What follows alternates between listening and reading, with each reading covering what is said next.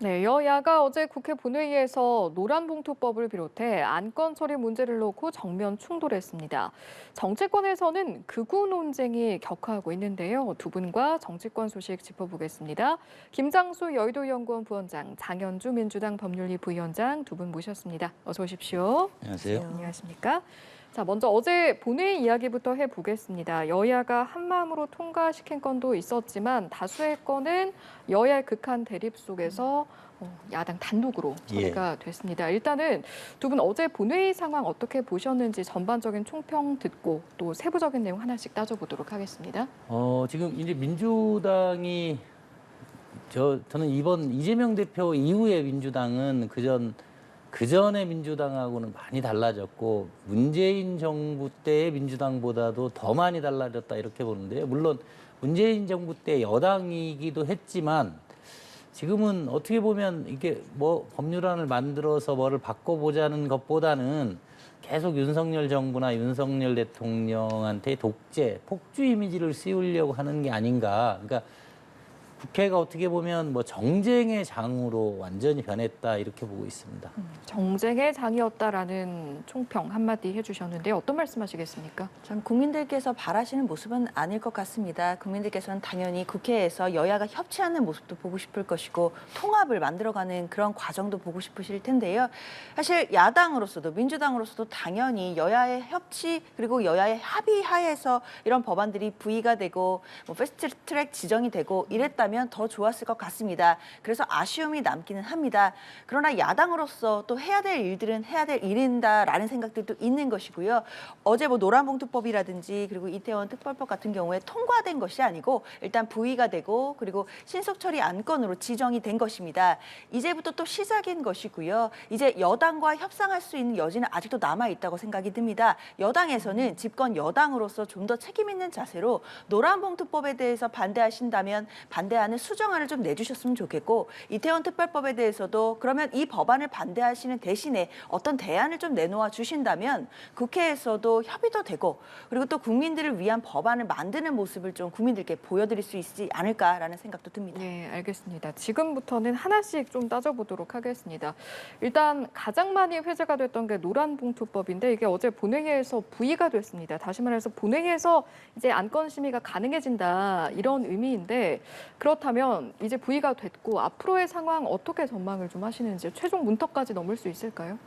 일단 뭐 7월 안에 본회의가 통과될 가능성도 충분히 열려 있다고 생각이 듭니다. 그 과정에서 아직은 시간이 있기 때문에 여권에서 집권 여당에서 좀 더 전향적인 자세로 이 부분에 대한 협상에 나서 주시기를 당연히 야당으로선 바라고 있습니다. 일단 노란봉투법 같은 경우에는 뭐 내용에 대해서는 다들 아실 테니까 구체적으로 말씀을 안 드리겠지만 결국 중요한 것은 노동자에 대한 무분별한 손해배상 청구를 제한하고자 하는 법입니다. 또한 이제 하도급 노동자들에 대해서 원청 사용자가 조금 더 책임을 질 수 있는 그런 부분들이 열어놓는 법안이기 때문에 이 법안을 좀 더 노동자를 보호하는 측면이 있습니다. 국민의힘에서 반대하신다라고 한다면 필리버스터를 준비하실 게 아니라 저는 수정안을 좀 제출해 주셨으면 어떨까라는 생각이 들고요. 사실 필리버스터를 하신다 하더라도 이 법안일 본회의 문턱을 넘을 가능성이 현재로서는 높다라고 보이고요. 다만 대통령께서 또 거부권을 행사하시게 된다면 또 앞서서 양곡관리법이나 간호법처럼 또다시 이것이 또 정쟁의 한가운데에서 이 법안이 사라지지는 않을지 그런 우려는 분명히 있습니다. 예. 거부권보다는 필리버스터보다는 수정안을 내어놓아 달라라는 말씀이셨는데요. 일단은 국민의힘에서는 거부권도 한번 건의해보겠다, 검토를 해보겠다, 그리고 필리버스터도 예고하고 있다 이런 상황 아니겠습니까? 노란봉투법이 노동자를 보호하는 법이다. 이렇게 하면 되게 좋아 보이지 않습니까? 근데 이제 그 근원을 잘 알아야 되는데 노란봉투법은 일단 문재인 정부에서도 반대해서 민주당에서 처리 안 한 안건입니다. 왜 그런 측면이 있느냐면 이거 불법 파업에 뭘 막으려고 하면 하나밖에 없습니다. 그 나중에 손해배상을 청구하는 건데 이건 기본적으로 노동자를 보호하는 법이 아닙니다. 왜 아니냐? 우리나라에서 노조를 가지고 있는 사람들, 노조에서 보호를 받는 사람들 민주노총하고 뭐 해서 전체 노동의 10%밖에 안 됩니다. 이분들이 자기들의 특권에 반칙까지 더하겠다는 거고 불법 파업을 했는데 손해배상을 못 한다. 이게 문재인 정부 그때 당시의 장관 입장입니다. 당시의 차관이었다가 장관하신 분인데 민법의 기본 원칙하고 충돌한다는 겁니다. 이걸 불법이라고 해놓고 불법이라고 판단이 됐는데 이거에 손해배상을 못한다. 그러면 이거는 불법 파업을 주도한 사람들 대부분은 민주노총 지도부죠. 이분들한테 특혜를 주는 거고 반칙이다. 우리 민법책의 근본을 흔든다고 해서 민주당 정부에서도 안 한 거를 지금 넣어놓고 이 근본 원칙을 딱 걸어놓고 이거 조금 뭐 수정안을 내보시죠 이렇게 하는 거 이거는 민주당이 이거 무조건 통과시킬 겁니다. 그럼 민주당이 노리는 건 뭐냐? 민주당의 문재인 대통령도 이 법은 통과되면 안 된다고 생각한 법안이에요. 윤석열 대통령의 거부권 행사를 유도하는 겁니다. 그리고 거부권 행사하면 또 몇 건에 대해서 거부권을 행사했다 독재 이미지 가려고 하는 그러니까 민주당에서 지금 뭐 변호사님이 말씀하시는 것보다 저는 민주당을 주도하는 이분들의 의도는 훨씬 정치적이고 정쟁화돼 있고 좋지 않다 이렇게 보고 있습니다. 거부권을 유도하는 것이다. 대통령실에서도 비슷한 의견을 내놓았던데 여기에 대해서는 어떤 말씀하시겠습니까? 사실 거부권을 유도한다라는 의견에는 저는 동의하기는 좀 어려울 것 같습니다. 당연히 민주당으로서는 이 노란봉투법이 시적절하고 지금 시대적인 요구가 있다라고 판단을 하는 것인데 물론 부원장님께서 말씀하신 것처럼 전 정부 시절 민주당이 180석을 얻었을 때 그때는 뭘 했냐라고 말씀하신다면 그 비판에 대해서는 민주당이 겸허히 받아들여야 된다고 생각이 듭니다. 그렇지만 늦었지만 이제라도 이 법이 필요하다고 생각해서 이 법안을 통과시키려고 한다면 이것을 마치 대통령이 거부하실 것이기 때문에 통과해놓고 거부하기를 기다리고 있다. 마치 뭐 덫을 치고 있다. 이렇게 보기는 좀 어려울 것 같고요. 그렇게 보기에는 이 법이 갖는 의미나 그리고 노동자들에게 미치는 영향력은 굉장히 큰 법안입니다. 일단 우리나라는 노동쟁의를 합법적으로 인정하는 그 폭이 굉장히 좁은 나라입니다. 그 부분을 조금 넓히자는 것입니다. 위법한 쟁의를 합법화시켜주자는 것도 아니고 그리고 위법한 쟁의에 대해서 아무런 책임을 묻지 않겠다는 것도 아닙니다. 다만 그 부분에 대해서 개별 책임을 묻겠다는 것이고 그 부분에 대해서 너무 무분별한 부분을 좀 줄여주자라는 측면이기 때문에 이 부분에 대한 취지에 대해서는 많은 분들이 공감하실 것이라고 생각이 듭니다. 오늘 뭐 대통령께서 이 부분을 거부권을 행사하실지 아닐지를 지금 현재 논하는 것은 크게 의미는 없다고 생각이 듭니다. 하지만 적어도 집권 여당에서 이 협상에 참여를 하시는 그런 모습들을 보여주신다면 국민들께서도 특히나 보수 측에 계시지 않고 중도에 계신 국민들께서도 국민의힘에 대해서 다시 한번 돌아볼 수 있는 계기가 될 수 있다고 저는 생각합니다. 이 법이 그러니까 그 취지를 잘 알아야 되는데 저는 이거 대통령이 거부하셔야 된다고 봅니다. 이 법은 지금 이제 중도 말씀하셨는데 이게 노동자 이름 되게 약자다 뭐 이렇게 얘기하지 않습니까? 근데 우리나라에서 대통령도 그런 인식을 가지고 있어서 노동개혁을 얘기하는 겁니다.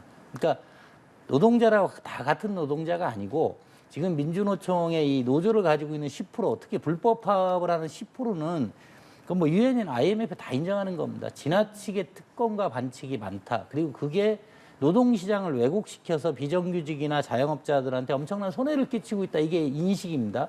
그래서 이걸 바꿔야 되는데 그러면 지금 문제는 민주노총이 가지고 있는 특권과 반칙을 줄여야 됩니다. 근데 그게 이제 대통령이 노동개혁을 하겠다는 기본 인식이고 이거는 지난 문재인 정부 때도 민주당 내 양식 있는 사람들이 다 인정하는 겁니다. 이중적 노동시장, 노동구조를 개편해야 된다는 거 인정을 하는데 그런 시대적 흐름하고 완전히 거꾸로 가서 지금은 10% 중에서도 정말 1, 2%도 안 되는 불법 파업을 하는 사람들에게 또 반칙과 특권을 주겠다는 법안이기 때문에 이건 시대적 흐름이나 우리나라 노동시장 개혁에 정반대로 역행하는 처사입니다. 그렇기 때문에 대통령은 당연히 거부권을 행사할 수밖에 없는 법안입니다. 예, 어제 본회의에서는 사실 노란봉투법 이외에도 오염수 방류 계획 철회 결의안 이것도 단독으로 통과가 됐습니다.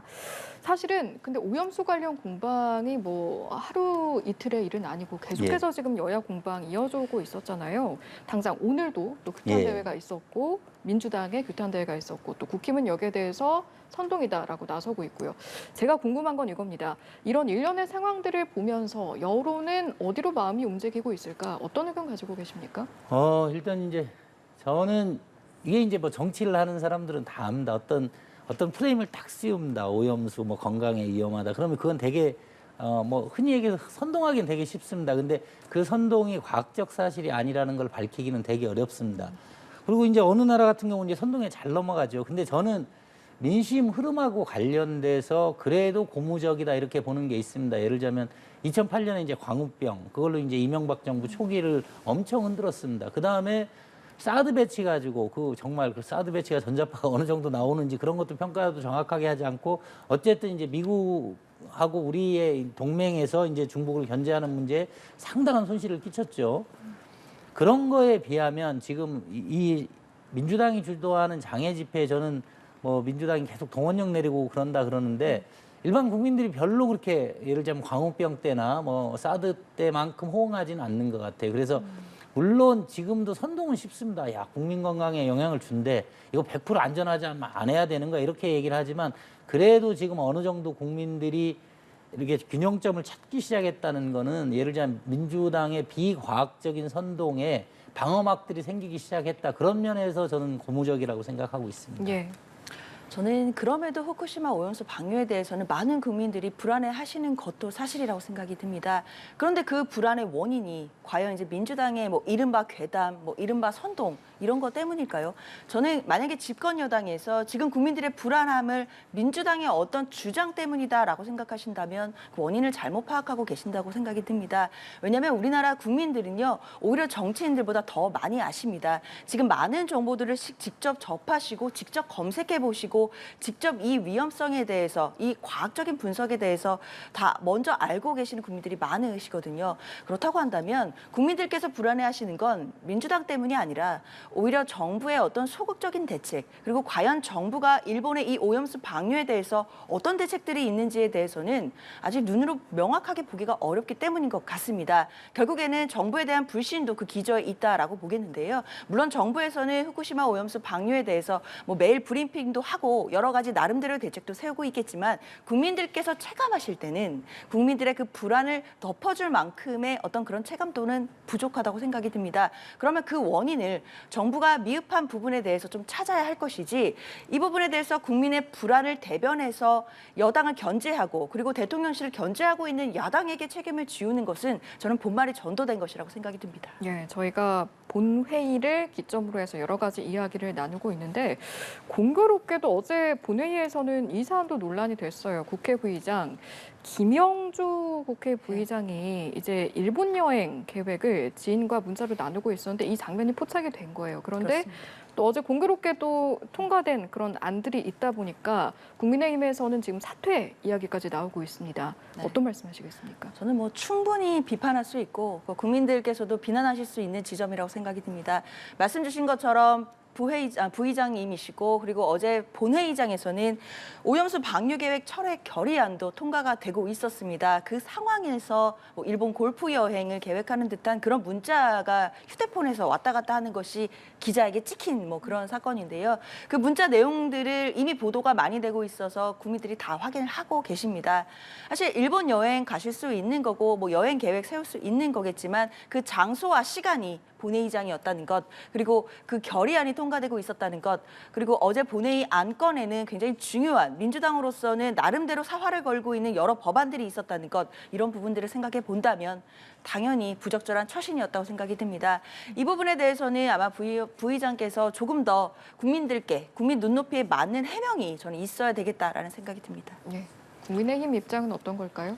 저는 뭐 이게 뭐 이 정도 예를 들면 어떤 뭐 뻔뻔함이나 내로남불인데 이걸로 뭐 국회의장이 꼭 부의장이 사퇴를 할 필요는 없다 이렇게 봅니다. 근데 책임 있는 정치인의 자세입니다. 아까 그 장 변호사님이 얘기했는데 뭐 방사능, 원자력 이런 불안하죠.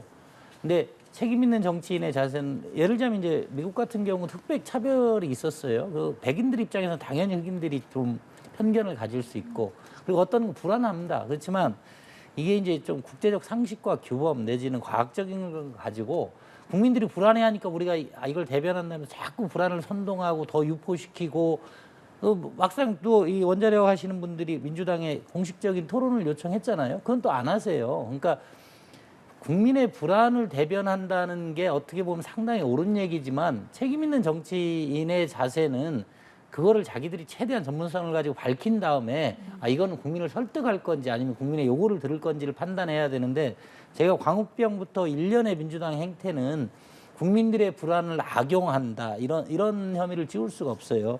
그러면 이제 김영주 부의장도 문제가 되는 게 본인은 뭐 일본이 전혀 불안해하시지 않는 것 같아요. 그리고 그 문자 내용을 보면 뭐 하여튼 내가 일본에 가서 뭘 하는 걸 한국인들이 안 봤으면 한다라는 내용이 이제 전제가 된 것 같아요. 그러니까 여기 가서 이렇게 하시면 한국인들은 부딪힐 일이 별로 없으니까 아마 골프 치러 가시려고 하신 것 같죠. 한국인들을 보지 않고 뭐 치실 수 있다 뭐 이렇게 얘기한 거 보니까 그러다 보니까 이제 저는 뭐 이런 국면에서 정말 본인이 불안하면 그렇게 말씀하실 수 있는데 본인들은 별로 불안하지 않는데 그걸 정치적으로 악용하는 게 아니냐 하는 게 이제 국민적인 분노의 본질이다 이렇게 보고 있습니다. 네, 알겠습니다. 여기까지 본회의에 대한 내용 짚어봤고요. 주제를 바꿔보겠습니다. 지난주에는 윤석열 대통령의 반국가 세력 언급에 대한 내용들이 회자가 여러 번 됐습니다. 그런데 윤영찬 의원이 여기에 대해서 한 발언이 또 이야기가 나오고 있어서 쿠데타를 통해서 윤석열 대통령이 됐다. 그리고 체제 정당성을 확보하기 위해서 전 정권을 부인하고 있다. 라는 맥락의 발언이었습니다. 어떻게 들으셨는지요? 그렇습니다. 사실 윤 대통령의 그 반국가 세력이라는 말도 굉장히 거친 표현이었는데요. 윤영찬 의원이 했던 이 쿠데타라는 발언도 만만치 않게 또 거친 표현으로 보입니다. 사실 윤영찬 의원 같은 경우에는 그 문재인 정부 청와대에서 국민소통 수석을 지낸 분입니다. 아무래도 그렇기 때문에 전 정부, 특히 이제 민주당 정부를 뭔가 이제 폄훼하는 듯한 그리고 이제 반국가 세력에 대한 지칭이 민주당이 아니냐라는 이제 해석을 나올 수 있는 발언. 이었기 때문에 조금 더 강한 이제 반발이 나오는 것이라고 봐야 될 것 같아요. 물론 윤영찬 의원은 그 쿠데타라는 표현 자체가 비유적인 표현이다라고 이제 말씀을 하셨고 뭐 비유적으로 해석할 수 있는 부분도 있어 보이긴 합니다.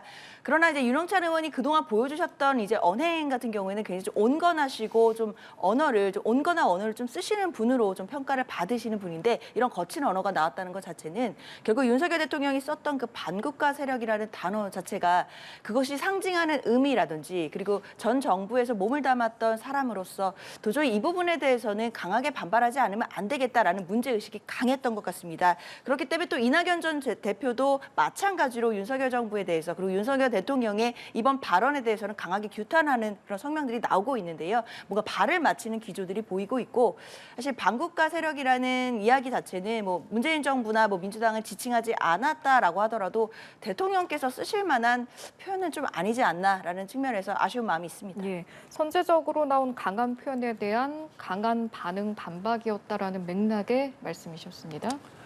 저는 이 대통령이 법조인입니다. 그리고 검사를 오래 하셨던 분 아닙니까? 그래서 이제 대통령이 어떤 글들을 본인이 직접 하실 때 표현들을 무지하게 정제해서 해요. 어떤 경우에 이렇게 뭐 옛날에 뭐 도어 스태핑 같은 경우 말씀을 이렇게 편하게 하시면서 문제가 됐지만 대통령이 뭐라고 말씀하셨냐면 종전선언을 주장한다고 반국가 세력이라고 한 게 아니에요. 언론에도 나오지만 보수파에서도 종전 세력을 주장할 수 있어요. 이건 전혀 다른 얘기예요. 대통령은 왜곡된 역사 의식을 가진 반국가 세력들이 이러이러한 걸 했다 이렇게 얘기를 한 겁니다. 그러니까 대통령은 제가 볼 때 대통령이 뭐 전혀 본인 의도하고 뭐가 다르고 이렇게 나간 게 아니고 근데 이거는 맞는 얘기입니다. 그러니까 우리나라가 지금 뭐 특히 이제 이재명, 문재인 민주당에서 이념 전쟁을 하는데 저는 뭐 현실의 개혁이나 혁신은 현실을 인정을 해야 됩니다. 우리나라 저도 이제 386 세대지만 이 세대들이 독재, 군부 독재에 대해 비판이 더 나가서 대한민국의 정통성이나 역사를 뭐 그냥 아주 간단하게 얘기하면 북한이 보는 역사 인식 비슷하게 하시는 분들이 있어요. 그럴 수도 있고.